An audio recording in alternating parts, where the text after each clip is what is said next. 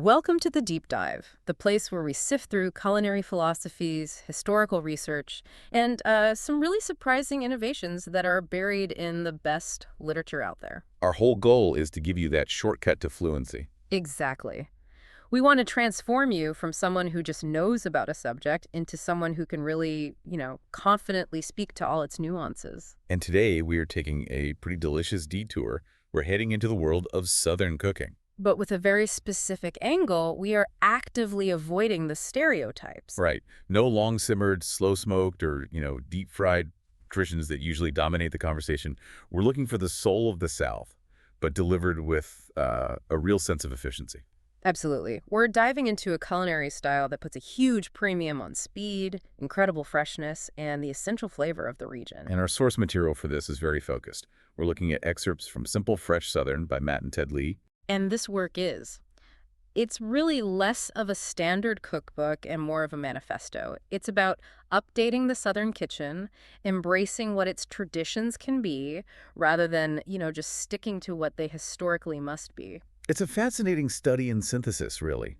It's this marriage of deep, low-country tradition and just modern practicality. So we're going to be looking at their core philosophy. Exactly, and how that philosophy lets them approach everything from a classic oyster roast to a really complex cocktail with, the same mindset, the same commitment to efficiency and quality. So our mission today is to get fluent in their three guiding principles. That's simplicity, freshness, and southernness. And crucially, we need to understand how these pillars interact, because sometimes they create a bit of tension, but that tension ultimately generates these genuinely surprising and, most importantly, accessible innovations for the home cook. It's all about learning how to be that kind of cook who is both efficient with your time and totally uncompromising on flavor. Drawing on centuries of tradition without, sacrificing 21st century convenience. Okay, let's unpack this. Starting with that first and I think most deceptive pillar. So the Lee brothers, they build their entire approach around these three sort of non-negotiable principles. And that first one, simplicity, it really requires a complete redefinition. Yeah, because when you or I hear simple, our brains just instantly jump to fast. And they argue that that's a mistake. Yeah. A big one. Right. They make this really crucial distinction that simplicity isn't just evaluated by the clock, at the actual prep or cook time, but by how seamlessly the recipe fits into a busy modern life. It's about being fuss-free overall, from the shopping list, which should be minimal, all the way through to the final cleanup. And that allows for this necessary flexibility in their system. Exactly. They give us clear examples of both true speed and then this more philosophical simplicity. Okay, so let's look at speed first. They definitely have recipes that are genuinely fast. Oh, for sure. Like their crispy skinned salmon with buttermilk mint sauce. Right. That recipe is a legitimate 20-minute after-work lifesaver. It uses, 5 or 6 ingredients, tops, if you include the salt. That's simplicity achieved through pure velocity. Just get it done, get it on the table. But the more important lesson, I think, comes when they apply that simple label to recipes that take much, much longer. This is the core of it. Consider the whole roasted chicken with potatoes and onions. This thing takes over an hour to cook. Over an hour. And yet, it's one of their flagship simple recipes. And this is where we really need to dig in, because it explains their entire philosophy perfectly. The genius is all in the kitchen choreography, right? Totally. The active prep time is, 10, maybe 15 minutes? You take the chicken, you season it, and you just place it directly onto a bed of crudely chopped root vegetables. Carrots, onions, potatoes, all in a single large cast iron skillet. And crucially, there's no separate brining. There's no complex trussing. You don't have to worry about a separate roasting rack or anything like that. The vegetables are the rack. The vegetables are the rack. They gently steam, and then they caramelize underneath the chicken as it roasts. So during that hour plus of passive cooking time, you're totally free. You can do laundry, read a book, help the kids with homework. And the payoff is just... Yeah. It's total. In that one skillet, you get a perfectly cooked, crisp skin chicken and a deeply flavored, roasty side dish. One pan, the cleanup is next to nothing. And that low stress factor, that minimal hands-on time, maximum flavor, and zero cleanup fuss, that is how they measure true simplicity. It's all about the return on your passive time investment. But this leads us to an immediate point of tension, which they totally embrace. The tension between simplicity and that second pillar, which is freshness. Exactly. That's a really good point. If simplicity is all about minimal effort, Doesn't seeking out hyper-local, super seasonal ingredients kind of conflict with that? It can. I mean, think about the commitment to driving farther just for one specific ingredient. Right. So freshness also has to operate on two levels then. Precisely. There's the literal and the conceptual. Literally, it means sourcing the absolute best, most seasonal, local ingredients you can get your hands on. Produce, fish, meats. And being really attentive to what's available in a place like Charleston, South Carolina, which is where they're based. Their dedication to locality is, it's pretty fierce. They give that example of actively choosing to go out of their way to the Piggly Wiggly on Meeting Street. Yes. They do this specifically because that particular store stocks a superior brand of shucked oysters from Bluffton, South Carolina. Even though a closer Harris Teeter has Virginia oysters, which are fine, but they're not local. They're not what they want. That decision right there, to spend an extra 15 minutes in the car for a superior local ingredient, it shows you their priorities. Quality sourcing trumps absolute time efficiency. So the simplicity of the cooking method is what gives you back the time you just spent sourcing that better ingredient. That's the balance. And they also balance this by acknowledging the need for what they call a modern pantry. They're not food purists. They're not telling you to make everything from scratch. Not at all. They judiciously use high-quality staples. You know, a reliable store-bought mayonnaise, canned broths, frozen English peas, Tabasco. But there's a firm line. A very firm line. They reject processed foods entirely. No condensed cream of anything soups. No powdered dressing mixes. So it's about using convenience selectively, where it supports quality, not where it replaces fundamental flavor. And then you get the second meaning of freshness, the fresh outlook, the innovative twist. This is the intellectual playfulness in their cooking. It's where they take these timeless ingredients and just give them new life. They show this real reverence for the ingredient itself, but they apply new techniques to it. And that leads to some really surprising innovations. It really does. You see it in their recipe for buttermilk fresh cheese, taking a staple dairy product and turning it into something completely new. Or that highly conceptual and, frankly, delightful pairing of quick-cooked squid with watermelon and basil. Or even turning classic dessert flavors into a totally fresh format, like their rice pudding pops. It's all innovation, but it's rooted in tradition. And finally, the cornerstone, southernness. Right. And they argue that Southern cuisine is anything but monolithic. It's not one thing. The low-country cooking of Charleston is so different from the mountain cooking of Asheville, which is different again from deep Delta cooking. But the starting point is always the same. It starts with Southern ingredients and that full, rich spectrum of Southern flavors. And that palette is just vast. It is. It covers the bright, sweet, sour complexity of relishes and pickles, the green, vital tastes of freshly shelled peas, butter beans, mint, parsley. And it extends deep into the savory, too. You get that smoky funk of barbecued pork, the deep richness of collards, the salty sweetness of blue crabs steamed in beer. But what's most important, I think, is their view of tradition itself. They argue that Southern cooking is not a museum piece that needs to be preserved behind glass. Exactly. It's a living art, constantly evolving, just like any other great regional cuisine. And it's a cuisine that's been shaped profoundly by wave after wave of influence. The historical layers are incredible. You have Spanish, English, Irish, German, French, Huguenot, and of course the immense foundational contributions of enslaved Africans.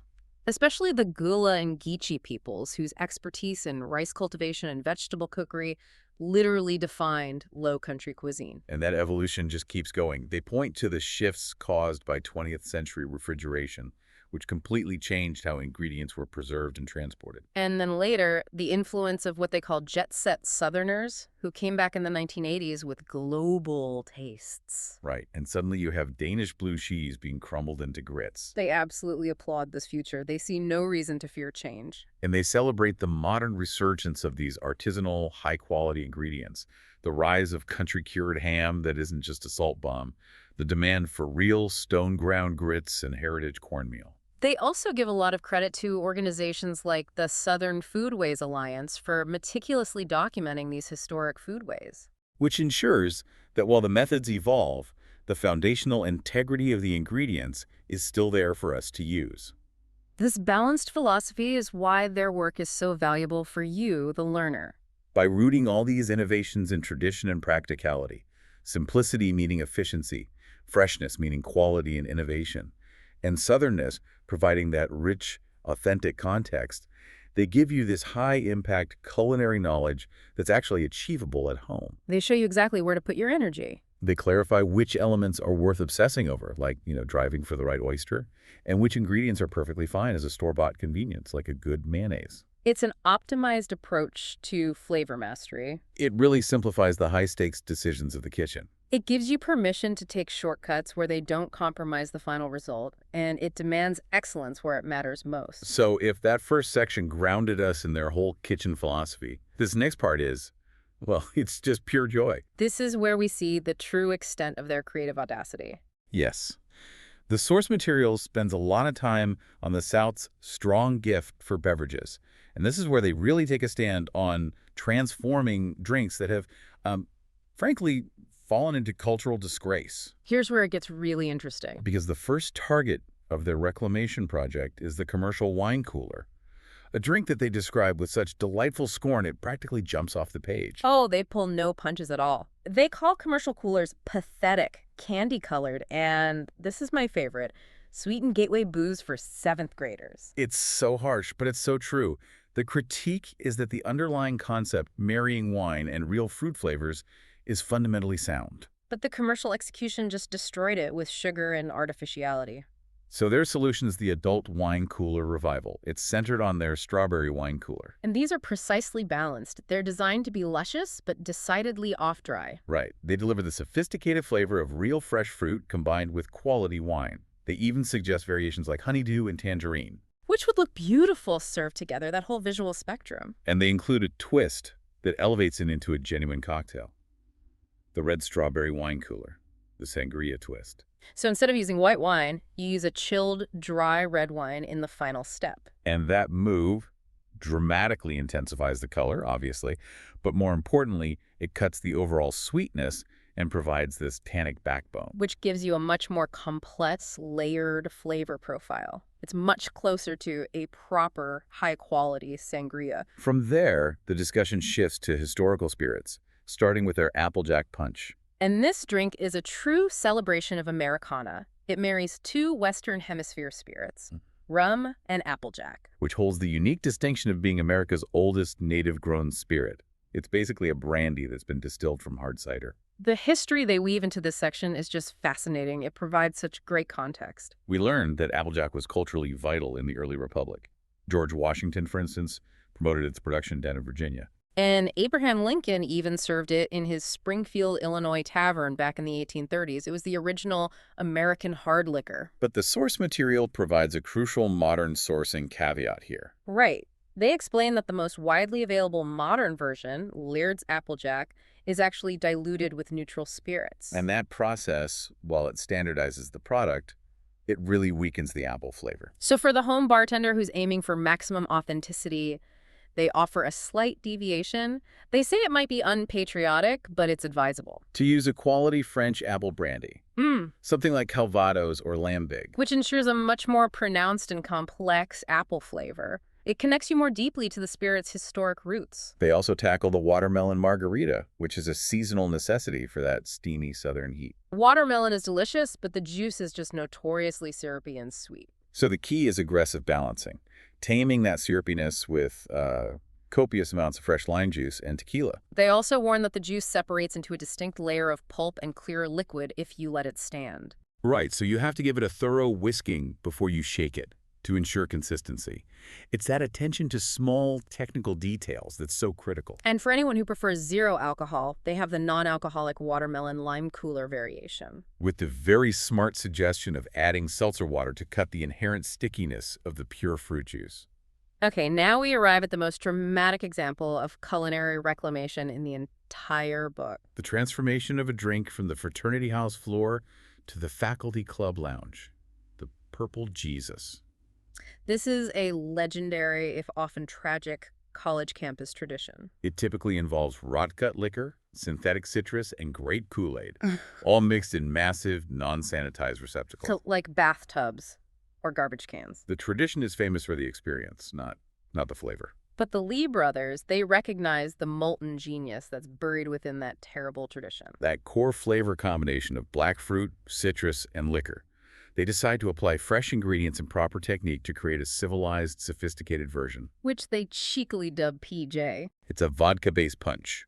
It incorporates fresh cherries, orange, grapefruit, and blackberries. And the resulting drink is described as having these deep, bold black fruit flavors, but combined with an appetizingly bitter edge. That bitterness is absolutely essential. It moves it beyond just a simple sweet juice cocktail. And they immediately compare that flavor profile to a homemade Campari. And that comparison is the key to the next, even deeper variation they offer, the budget Campari. So to genuinely approximate the flavor of that famous Italian aperitivo, which is known for its intense, complex bitterness, they have to amplify the bitter elements in their PJ recipe. This is done through two specific technical changes.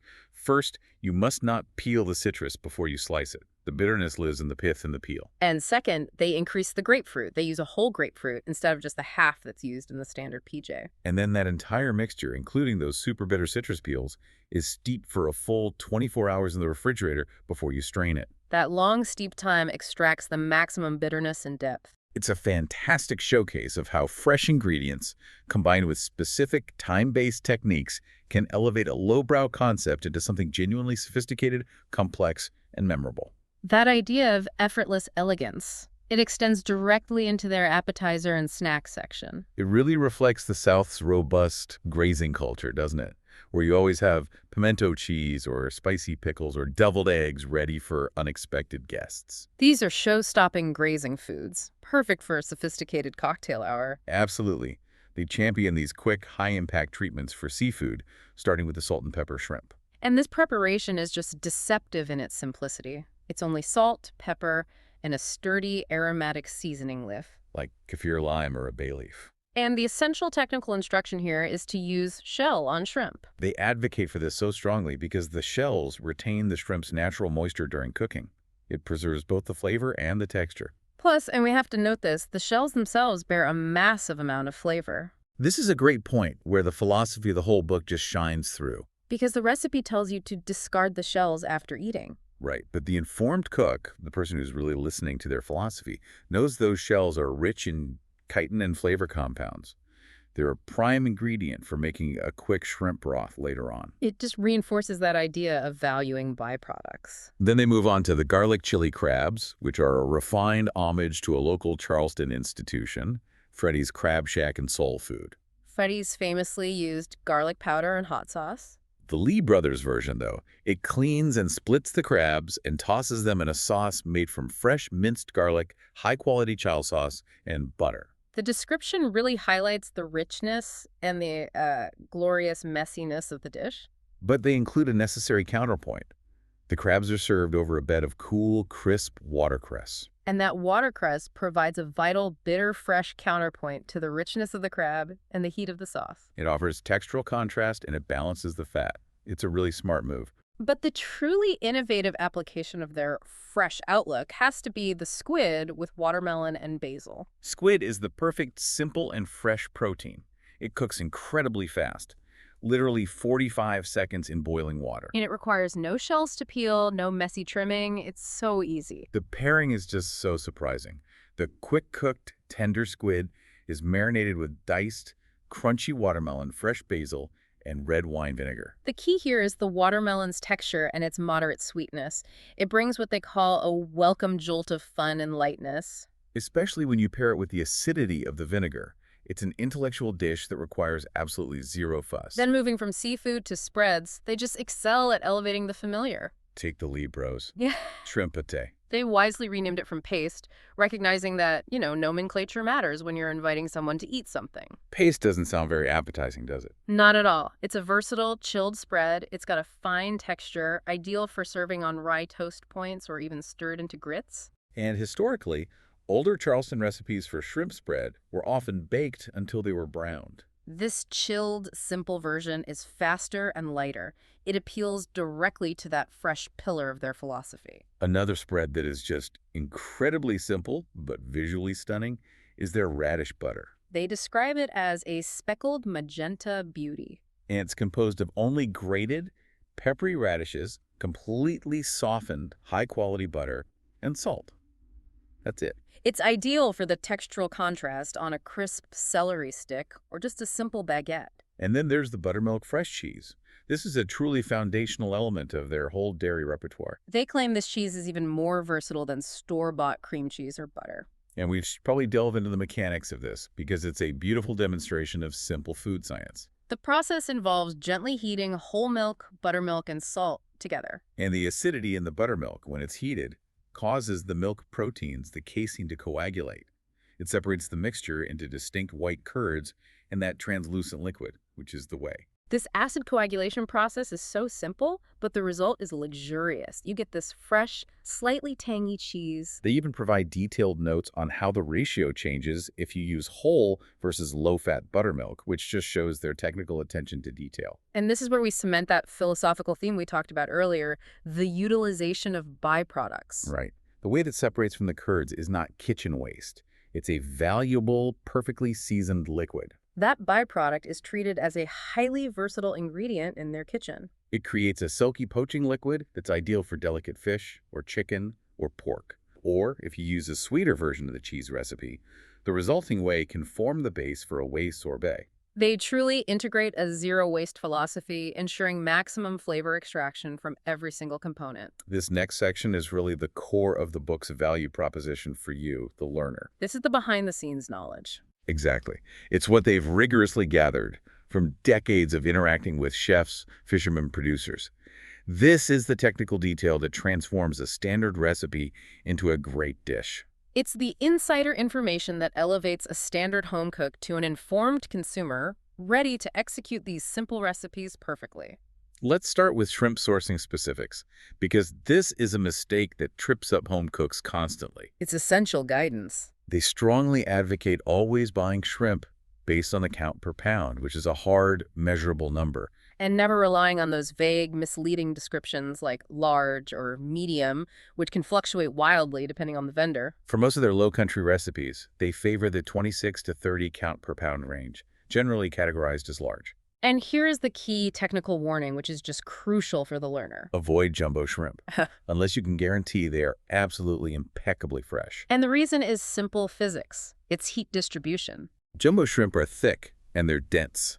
By the time the heat has traveled to the center of the shrimp and cooked it through, the exterior layers have inevitably become overcooked. And that's when you get that rubbery texture that just ruins the whole experience. The 26-30 count size offers the best ratio of thickness to cooking speed, ensuring you get uniform tenderness. They also draw a very hard line on sourcing. Strongly advocating for wild American shrimp. They specifically note that farmed Asian shrimp often suffer severe textural damage from the extensive freezing and shipping processes. And that damage manifests as like flaking meat, opaque shells, and a severe loss of flavor integrity. And regarding deveining, they offer a very practical guideline. They clarify that the digestive tract, while it might look unappealing, is harmless and largely flavorless. Right, so they recommend removing it only when presentation and smoothness are paramount, like for that fine-textured shrimp pâté, just to avoid any hint of grittiness. Next, they guide us through oyster selection and flavor balancing. Starting with one of the true pleasures of American seafood. Shucked oysters sold in pints. They call this an American seafood bargain. You typically get 24 to 36 oysters for a very reasonable price. However, they point out a common commercial practice that really compromises the product. Commercial packers will frequently soak oysters in fresh water to plump them up for visual appeal. Which unfortunately leaches out the essential salt brine. But the fix is a total game changer. It's so simple. You just add about 1 teaspoon of kosher salt per pint to the liquid. It restores that essential briny flavor profile.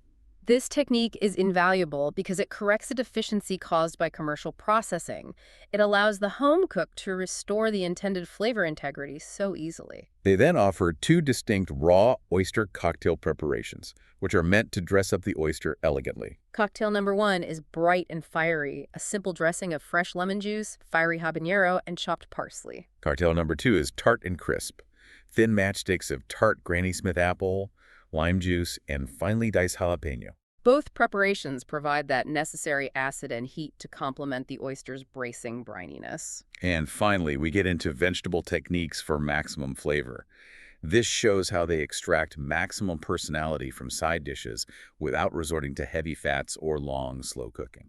The first technique is skillet toasting. Skillet toasting involves applying high, dry heat to ingredients like corn kernels, okra, or green beans in a dry or very lightly oiled skillet. And you cook them until they blister and brown or caramelize really intensely. This process, you could call it a dry Maillard reaction. It drives off surface moisture and rapidly develops these complex, nutty, charred, and smoky flavor compounds. They explicitly mention how this technique transforms tough, potentially leathery green beans into something addictively delicious. It gives them a savory, almost salted popcorn-like intensity. It's crucial because it extracts maximum flavor without needing long cooking times or heavy fats. It transforms a side dish into this energetic, zesty counterpoint. The second essential vegetable technique is all about liquid preservation. Again, ensuring we utilize a flavor-rich byproduct.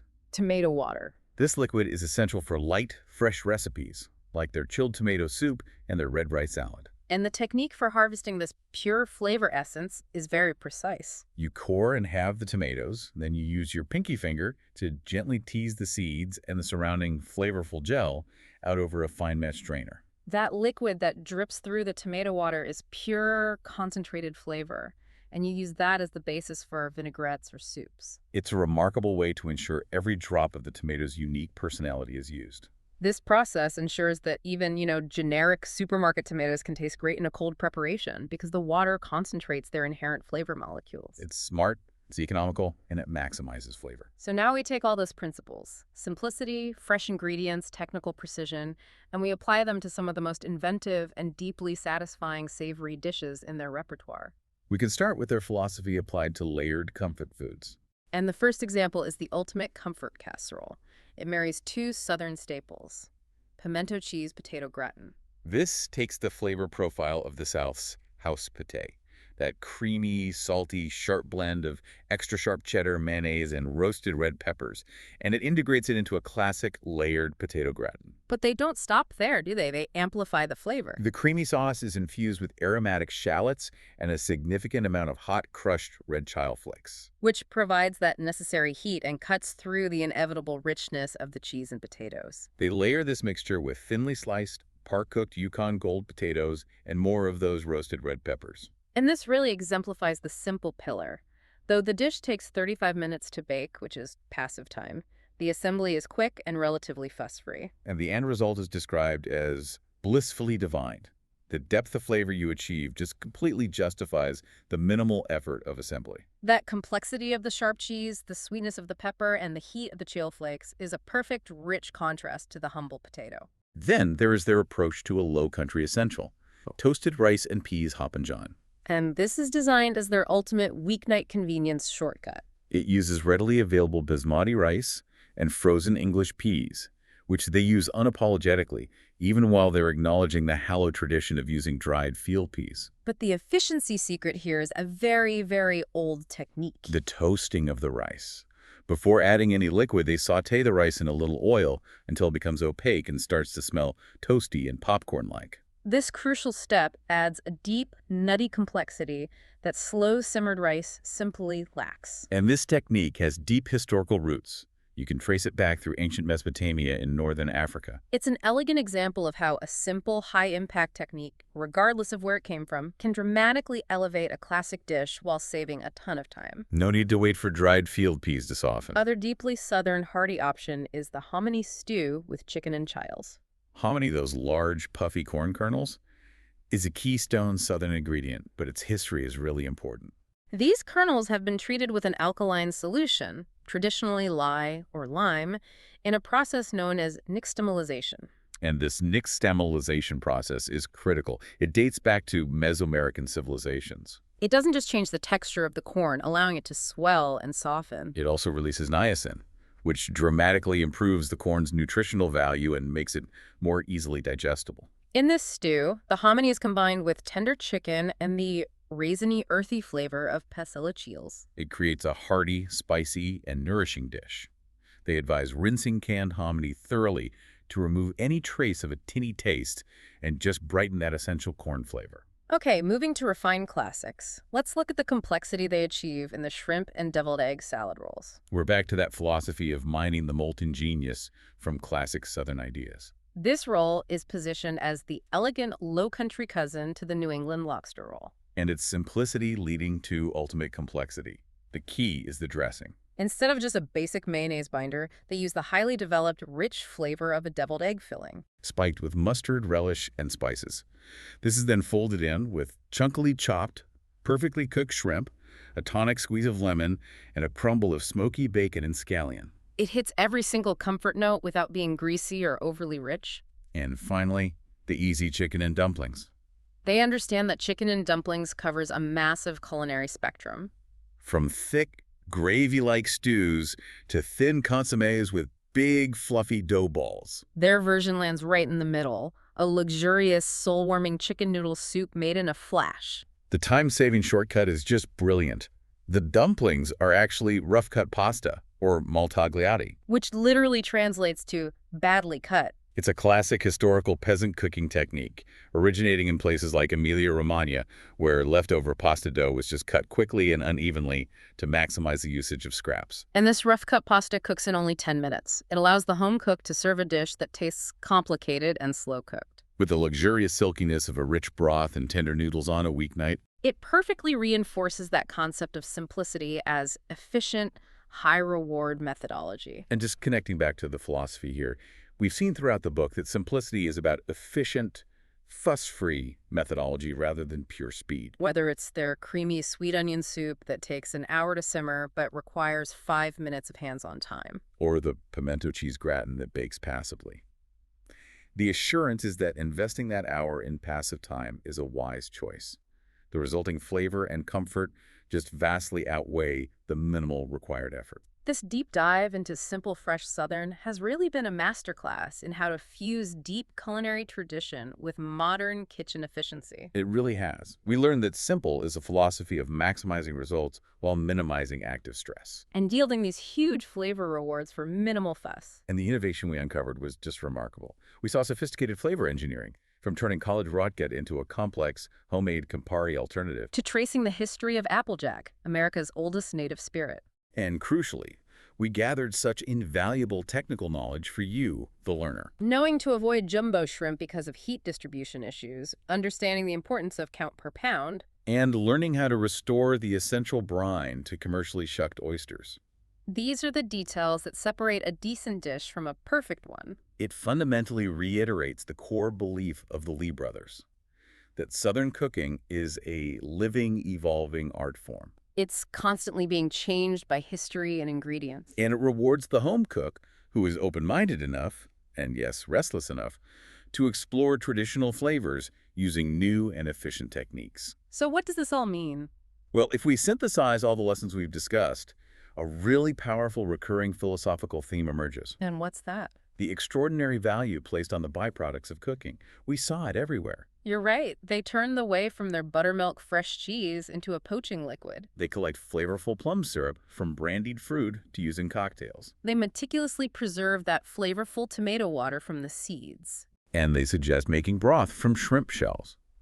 All these elements that most cooks would instinctively treat as waste are, in this philosophy, treated as valuable, flavor-packed ingredients just waiting to be used. It's an intellectual commitment to zero waste, but as a means of maximizing flavor. Exactly. So, considering this powerful philosophy of utilizing every part and exploring the hidden potential in your kitchen's secondary products, what common kitchen waste that you routinely discard, like unused vegetable trimmings, concentrated cooking water, fruit rinds, or meat drippings? What should you, the listener, investigate next for its hidden flavor potential? Start treating the scraps like the ingredients they truly are.